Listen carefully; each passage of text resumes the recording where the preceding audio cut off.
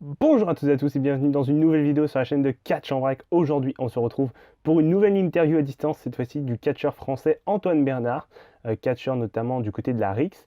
Et eh bien, il a accepté de répondre à toutes mes questions. Donc, je ne perds pas plus de temps, je vous laisse avec la vidéo. Bon visionnage. Déjà, c'est une question que j'aime beaucoup poser à tous mes invités, enfin tous les catcheurs que j'interviewe, c'est quand et comment vous est venue l'idée de commencer le catch.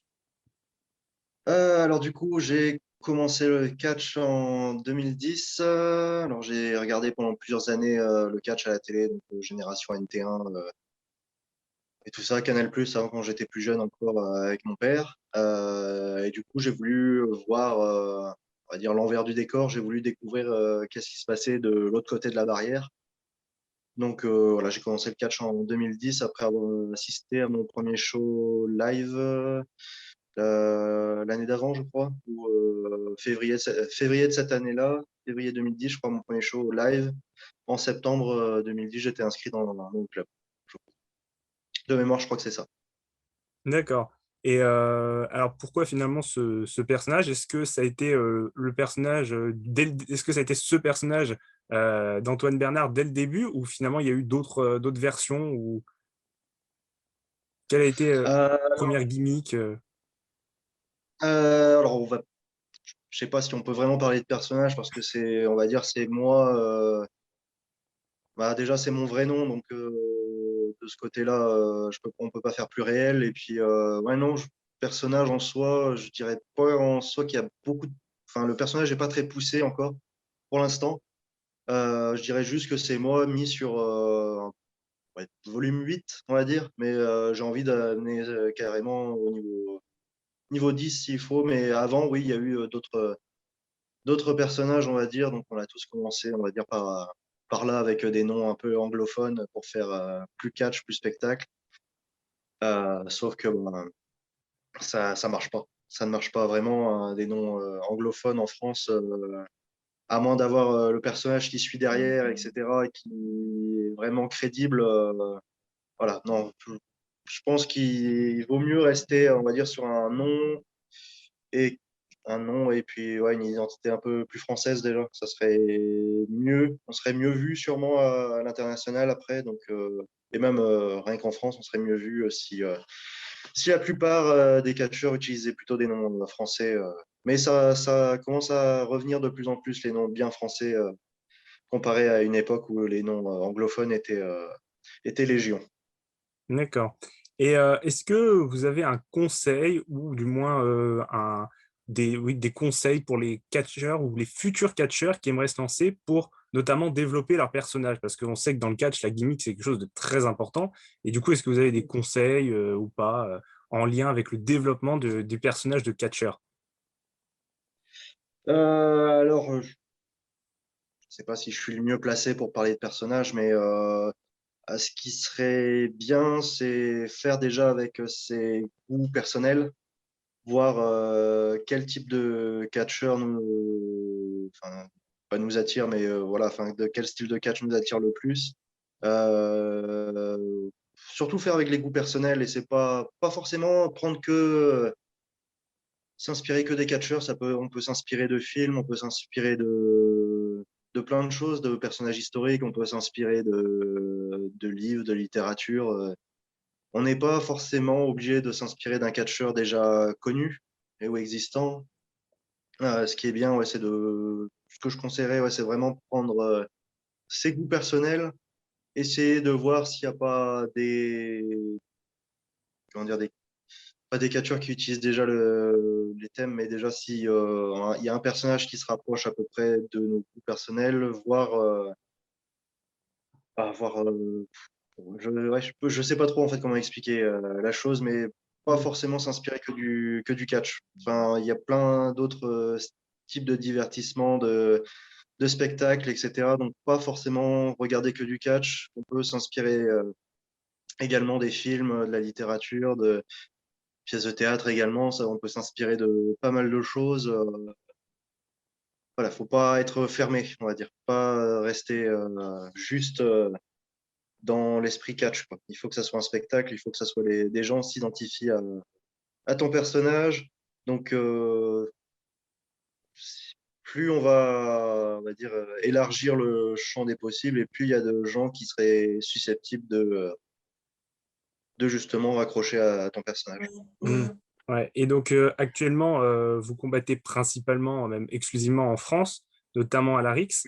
Est-ce qu'il y a des projets, dans l'idéal, des projets notamment de catch dans d'autres fédérations, que ce soit en Europe ou à l'international? Je pense à la WXW en Allemagne ou bien à la Progress au Royaume-Uni. Enfin, est-ce qu'il y a d'autres, est-ce que dans les projets, il y a des combats finalement dans d'autres fédérations qui seraient prévus, bien sûr, en imaginant que la pandémie s'arrête?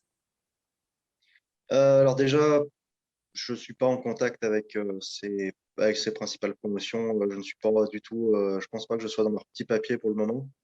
Euh, J'avais pour projet justement cette année de partir, enfin, en 2020, j'avais pour projet de partir m'entraîner à l'étranger, justement en Allemagne et puis en Angleterre, et également au Portugal. Et je voulais vraiment voir un peu de tout ce qui se faisait en Europe. J'avais vraiment envie de faire un tour global de ce qui se faisait pour prendre de l'expérience surtout. C'était vraiment juste pour m'entraîner au départ, et puis s'il y avait possibilité d'être sur un show ou quoi que ce soit, j'aurais pas dit non, bien sûr. Mais malheureusement, le Covid a tout mis à l'arrêt. Donc, j'espère pouvoir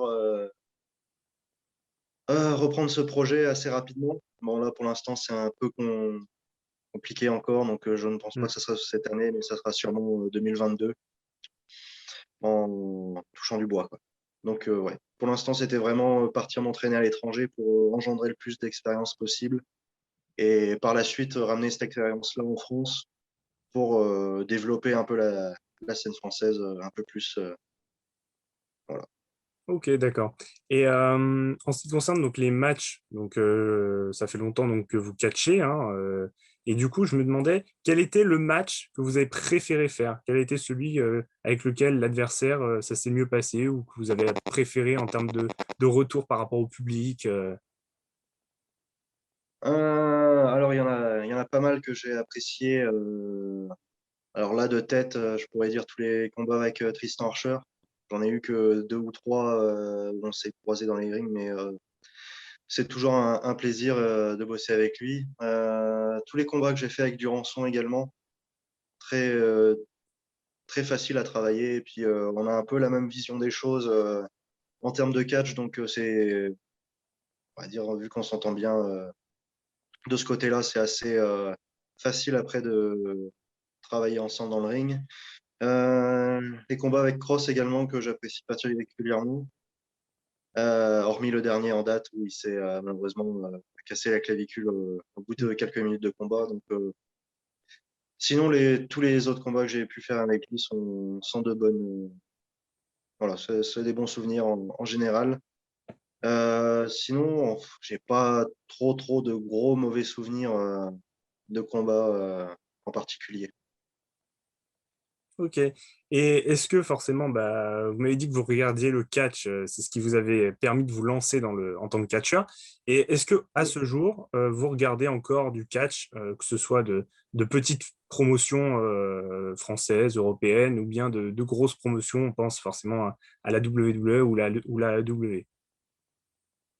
Alors, je regarde très rarement maintenant du catch. C'est vrai que c'est pas que j'ai plus le temps, mais plus la motivation. Mais le problème, c'est que je peux plus regarder ça comme un fan, on va dire.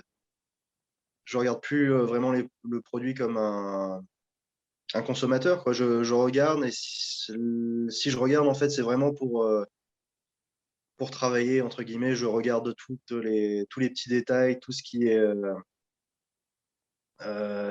n'est pas attrait en fait aux fans. Le fan ne regarde que pour passer un bon moment, etc. Moi, c'est vrai que c'est vraiment pour essayer de voir les petits détails, de comprendre pourquoi ils se placent comme ça, etc. Pourquoi ils font telle ou telle chose à tel moment. C'est vraiment, je regarde plus par plaisir, c'est vraiment juste par je sais pas comment dire ça, mais vraiment pour m'informer et me Ouais, former encore plus. c'est plus Voilà. l'œil du professionnel qui parle et qui essaye de regarder qu'est-ce qui serait intéressant de prendre comme prise ou bien comme technique, si je puis dire. C'est ça. Après, c'est pas spécialement pour voler quelque chose ou quoi que ce soit. C'est vraiment essayer de comprendre pourquoi c'est fait à tel moment, pourquoi ils se sont placés à ce moment-là, enfin voilà. C'est tout cet aspect, on va dire, technique qui, normalement, les fans ne se préoccupent pas. Hmm. Voilà, c'est vraiment pour ça. Après, si je regarde des fois par plaisir, je regarde du catch français, si j'essaye de voir un peu tout ce qui se fait en France, j'essaye de... Voilà, par plaisir, si j'aime bien regarder quelques combats de catch français quand même, voilà,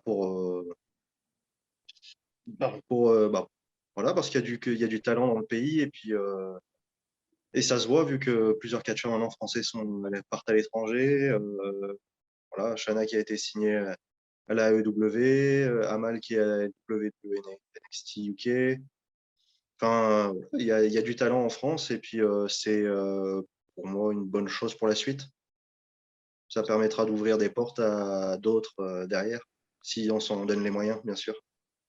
Ok, et donc pour finir, est-ce qu'il y a finalement une ambition dans le monde du catch qui vous intéresserait, à part finalement celle dont vous m'avez parlé de voyage aux États-Unis ou à l'étranger pour se former? Est-ce qu'il y a une autre ambition dans le monde du catch qui vous intéresserait pour le futur? Bah, aller le plus loin possible, pouvoir aller le plus loin possible. Donc, ça passe par être signé dans une grande promotion, voyager un peu partout dans le monde et puis vivre du catch. Mais voilà, ça serait le but ultime à la fin. Mais pour l'instant, avec la pandémie, etc., que ça est mis à l'arrêt, mais c'est pas pour autant que je vais m'arrêter là et me contenter de rester en France. Et puis, même si j'adore catcher en France, il n'y a pas de problème là-dessus, mais j'ai vraiment envie de partir le plus possible et voir le plus de choses possibles. C'est voilà. Pas que par curiosité, mais aussi par envie de changer un peu le regard que les gens ont sur le catch français.